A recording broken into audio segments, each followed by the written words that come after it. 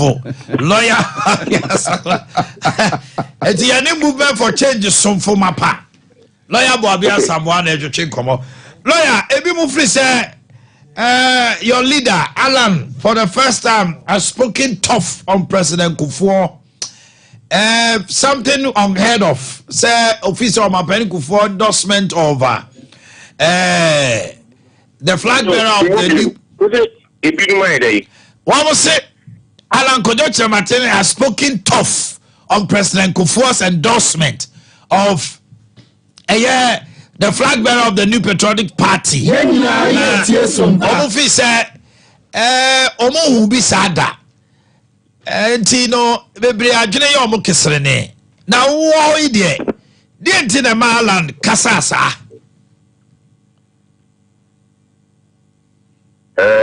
Submit your question here.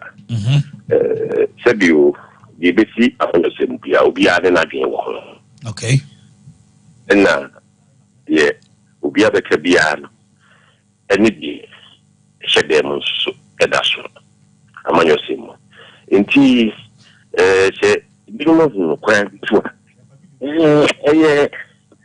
Nika, so be able to quiet or no, sure. In tea, me say, and Chenubia will hope you more. A bit immediate general swakate, will you only see, no, won't tell you only see. He said, yeah, Sompa FM. Correction, no, the Busana, the way Yano, Yano, Quail, GDC, debut, on the nuclear, winning the PM, and the Yano. We give the cow. What aroma? Nikasa Mono or sounded very unhappy. Sir, Omanhene Kufuor a statesman. Baby awako druno. Enisen ko bien anoka na asema awaka no. Asay ahane ebeye a blot on the political career. Because obi ka say bibi a blot on you are. Now you say a did them. And say you are so busy. Oh, simply be swat. A dome a casting to the you are we are sad double. A bit near father for this one, and more when you some watch it. Yes, Sompa. Sanity or just a dome. I will get impatient. I don't know that swallow. The one so every year. You may do how we are, and Shana, a pushes out the look at this. Now, to us, when I knew no one. And we said, yes, I don't know a month. No idea that's lucky. And he said, you, can you before? Oh, don't. When you have to time. Now, say, I think back. Now, or not too much. But you, know, anything I tell for Kuramo, Muyama yourself. And you are home, Pia. To be there, simply be sure we are home, Pia. Then, if you you get beer, we are home, Pia. If you do what? Okay, now, yeah. A bit you offer, or you need a mark Sabi. And now I say, Sabine Tiasia, the old sugar of prayer will send a FBC or moon, take a dinner, say, oh, banana. And watch us, what will happen? And then I don't be any beer. That you don't be no, said you, I say, a true William, our phone. You need to agree, yeah, swap, yes, you know, no. Boakye Martin so this said you among us. Yeah, will be happy. You persuade the full a book. Boakye Martin free and people movement change. Aborafi. Go for a movement for changing me. At the end, go for I could be no movement for changing me. Go for MPP. If you had not, you see, who not being this I was a for a bit of movement for change. And much. Look, how we know. And then I how Russia might have to go for it. You know, bigger. You quit you bigger. You quit you. That's the Busan. The Busan day, Nadia Papaya is not you say. But you have a lot to just increase. You are yeah. I don't know. I will be really say what. Many somebody I won't advantage you to be out. You quite backward out of it. The 40 and the airline chain. And now many will say. And yet, the phobia me be an wakache, me dobby island, and I say, Monko to Kapamala. Now you say, MPP constitution, parliament in your mother, and all. That's a you know this.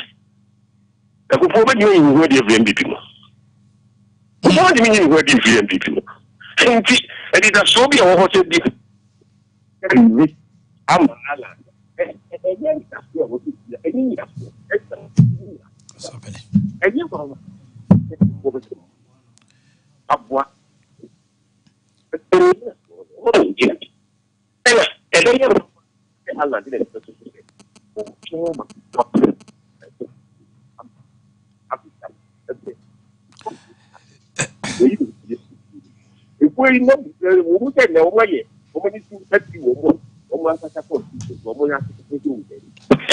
Parliament in Centennial Boswing.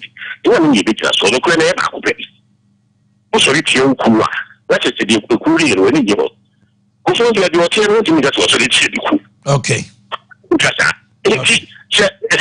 it has so many horses. Don't be GP, Kufu. The country be Abua, Alan, Abaya, Yakotuya. Then it has one, and it's a Gebakura. Anybody up for 14. In terms of okay, Alan went for change or your presidential candidate or the movement for change alliance for revolutionary change. And not be for all to me, a words of what they should be to me, a bit of rock as you, Mumwa. And so, which you can a bit maybe a and change. Now, there you what is that? If you are coming somewhere, that should be the talent. Okay. You're right, Bobby Asama, you better see. Watching no.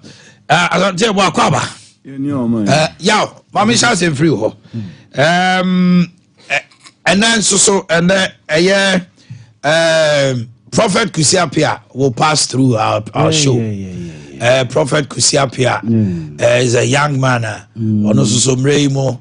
Or done you want the pa and appearing better chenkomo or befa hanomo na yeti and sema or no so or walker na afeya kwenim mami too akonta enkomo awudie uze me from menra nyina me no udi za ngomo we anwumre no na menika say president Kufu akonta oye movement for change ni anaso oye MPP ni bo ame asamo so oye MPP ni nani Bobby Asamoah Alanchemate omo headache ye Dabio o see Alan say Omanhene Kufu baby akogina no statesman it wonyina mfifi na wanhwe ya but you see Alan was emphatic was it there why no it has become a blot on his political career ne blot ye dey na you say what the efia beka akane nanim onyam ada MPP efia na ada baumia efia no, so person say because anybody or person say Omanhene Kufu baby I would do no nipa nyina eja it is either sell and person crashing a campaign baby or the aba bedru no and I say komo we when biem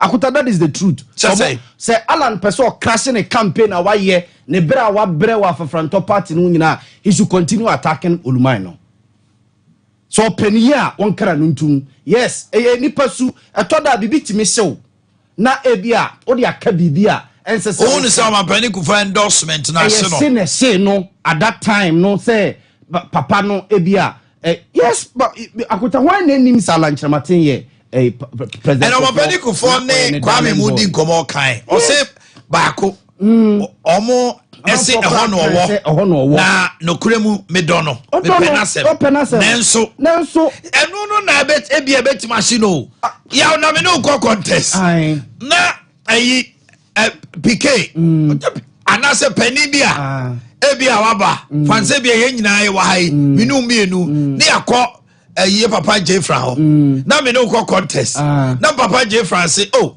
among for crazy say ya bo ma ye doba go for kan ho asem bibia na nso Omanhene fata wadu mija o akuta wadu mija no wadu mija o obuo ni ani die bi abeseme se bia me papa J France ne bia misi ene papa ne siti ene se ne bia papa ne ti domino o do ani beto ne one vote e secured mami aman kono okra ko campaigner papa J France beto amame na se okoye saa o se ase ebe surprise me ena ebe ba mama ka ebia ensem bi a ensem fata ebia ebeka no uya na se bia wotena se na wo se bia de na wo ye no entwe ya akota you go back then you move on and ko hokra biem akota ne ayi ala ne ka se Kufo ye statement Obama no ye dey no a houseboy Obama ye campaign ma Kamala Harris akota no ye dey no a houseboy no a houseboy ana he's more than a statesman than your kekano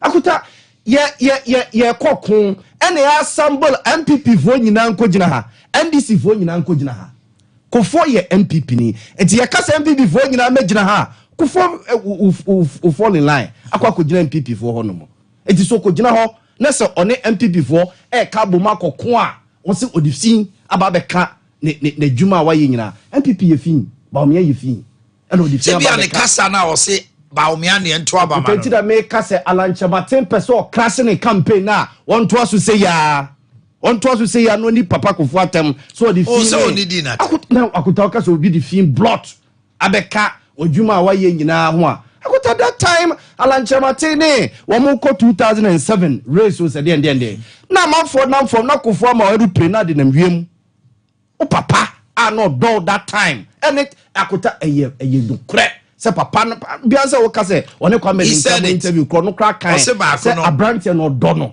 openasem akuta wo ka se Debi na so openasem ma ni siwe na ka se nanso a ebi nanso o ye MPP ni onya Frantoni Obama no anya you no anya houseboy you Obama ye statesman but edu America election de mu ode no okogina ma menachi Kamala Harris ekwa campaign di man no because he's a Democrat na busu nyina because oye Democrat ansa na America man no o de ababeja omoto abawe nya na woni man no Donald Trump ni ntiri basabasa yi onyo no nyina aka bo na mbo a ntiri basabasa de bia aso woni afin nya no maka bo mo omuko mba bi na say okosia Biden crowd White House transition nya no di Biden atem ne wa omu ye nya na omakosia ya omudi nkomo ne ade ehonom na ni statement sem no eba but sabre na konta konya tofie ayefra kuntunkuni ene kobre akwa kunya na abeka chem say be a statement there be that time the mayor houseboy now you say time I'll be a cleaner they just say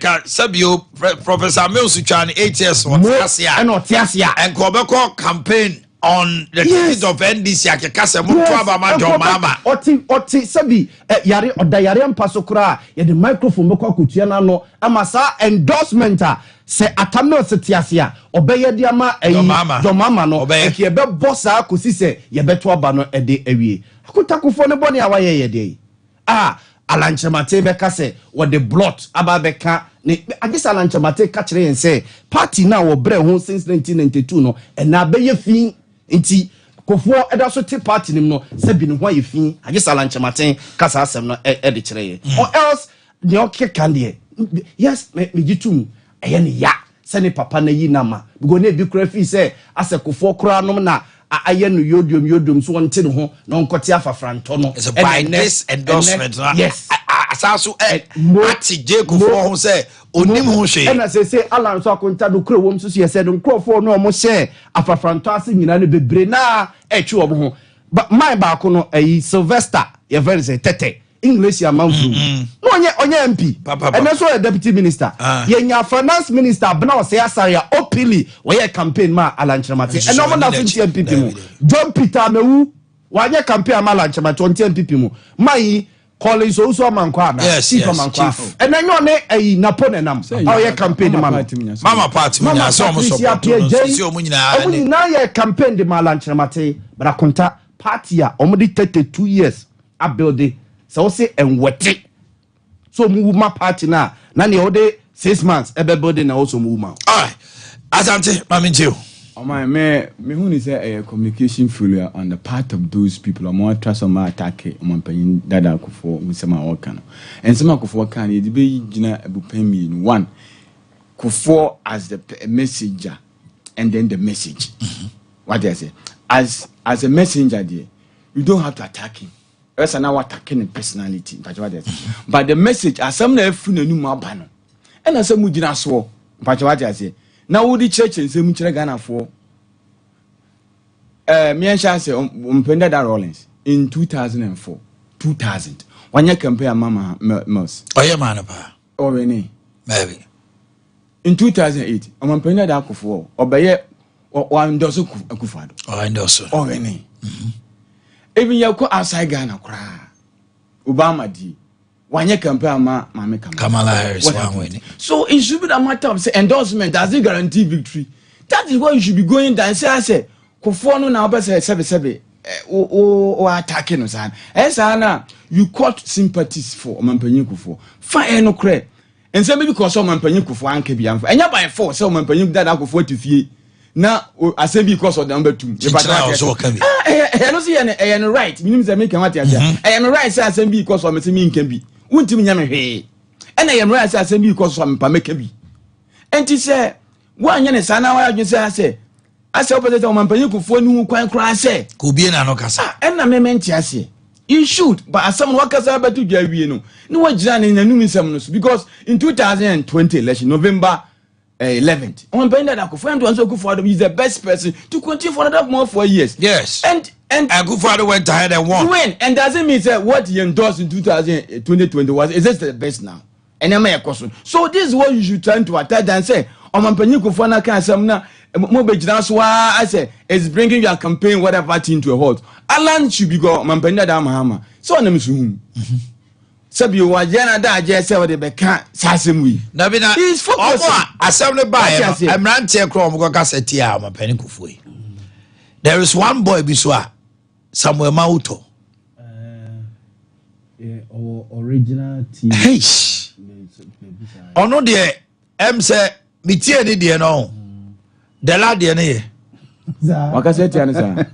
Samuel Hunto. Yes, Samuel Hunto.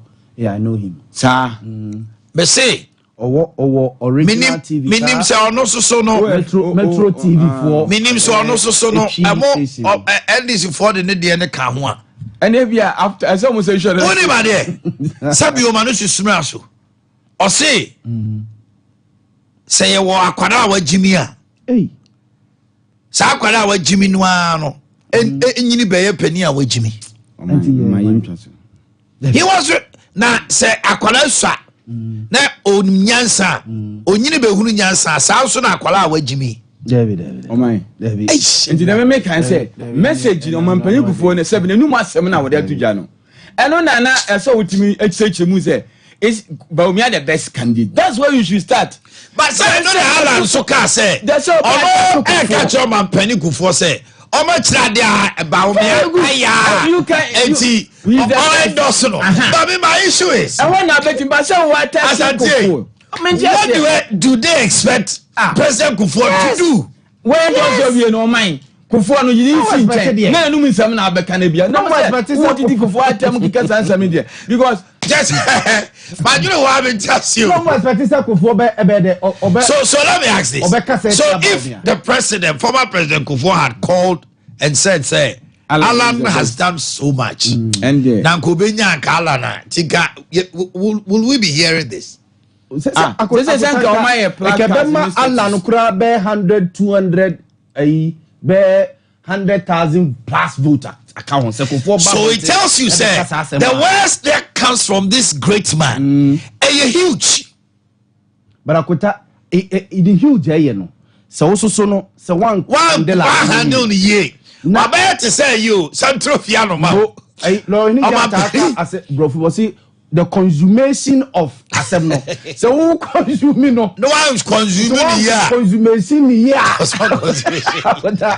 What we are not. Who's a maker say? We nipa ya wo obia wo baby an meko kwaye ne ya. Nipa bia abufu ho. Bible kra say ema obia ntowa bufu so. And on kan to say ma abufu.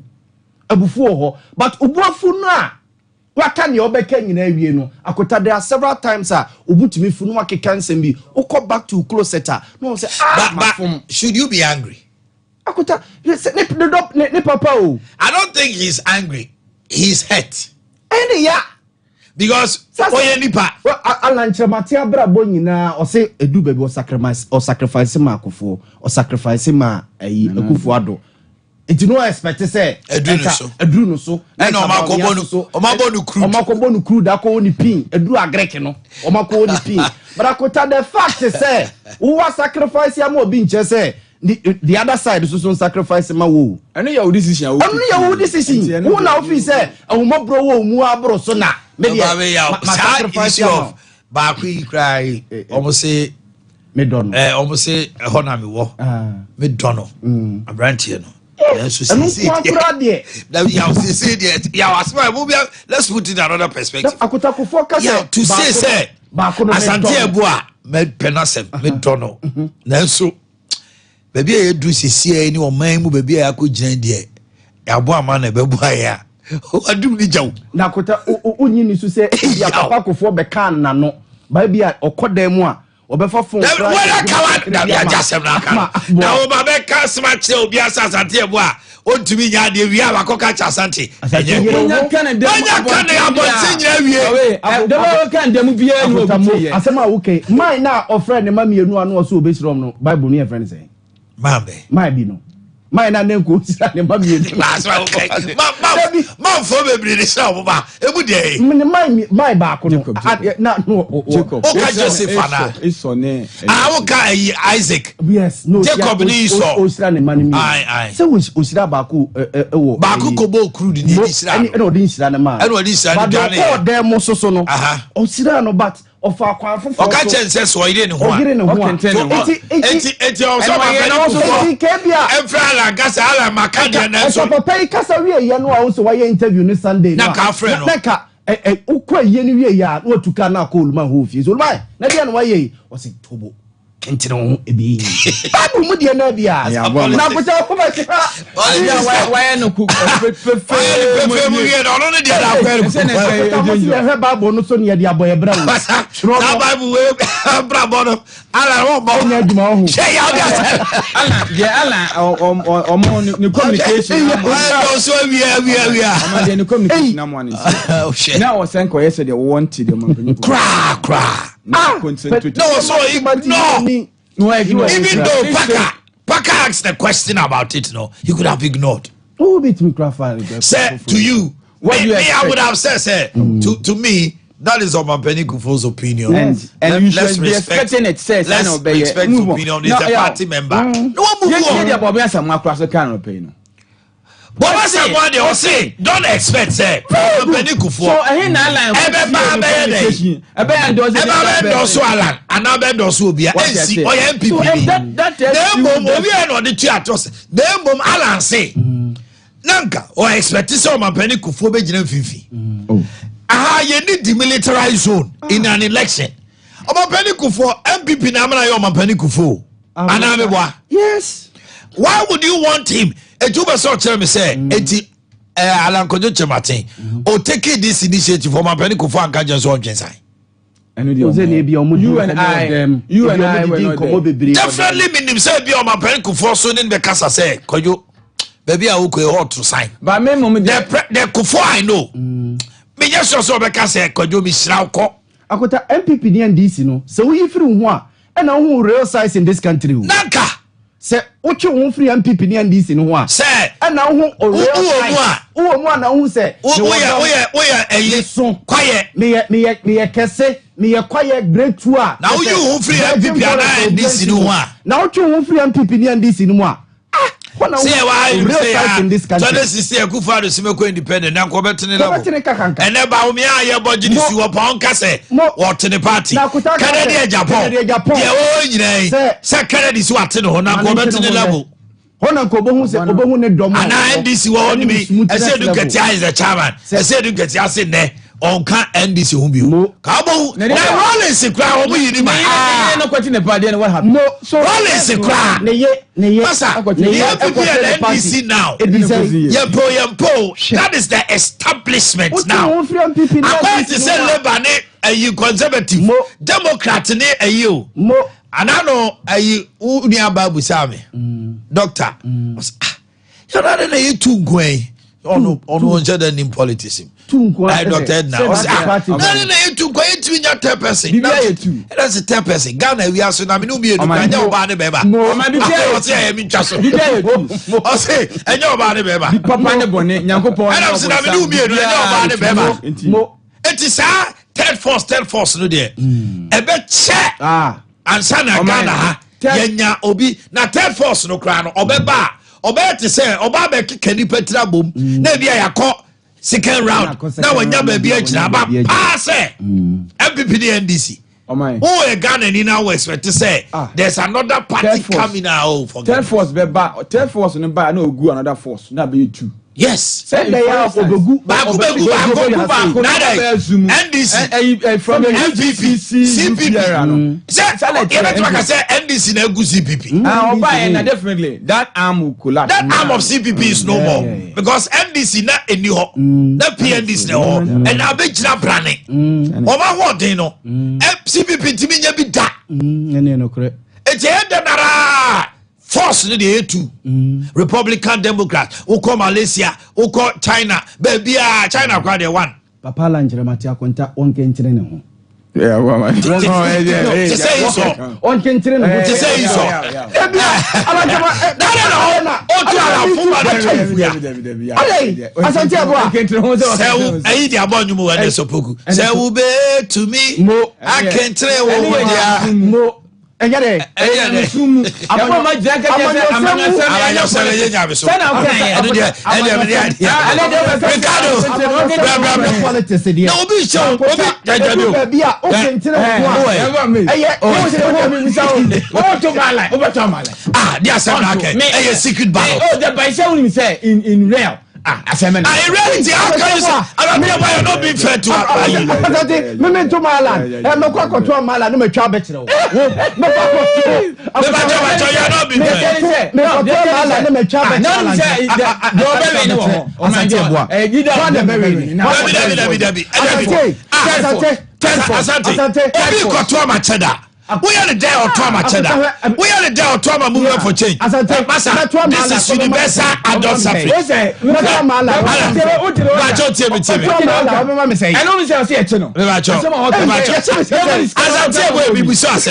this is a universal adult suffrage. By constitution, it is a sacred vote. I don't know, yes, sir.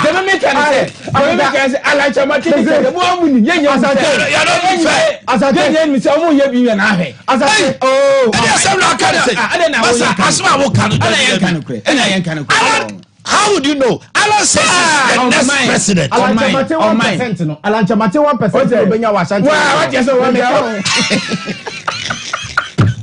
Yaw. No, you are not being fair to us. You are telling me Allah will get 1% in Asante region. You